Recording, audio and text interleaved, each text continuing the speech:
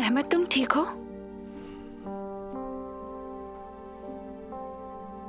Mehmed, तुम मुझे डरा रहे हो।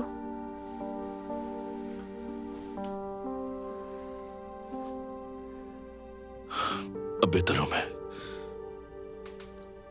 अंदर चलो।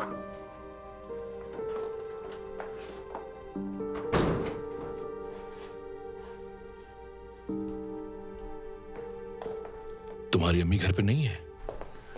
तुम्हारी खातिर मदारत के लिए इंतजामात कर रही थी, अब थक कर लेट गई हैं। हमें के लिए कुछ वक्त देना चाहती होंगी।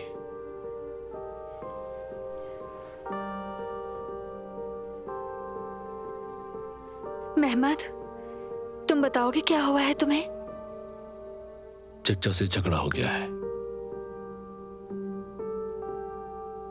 क्यों? काम की वजह से।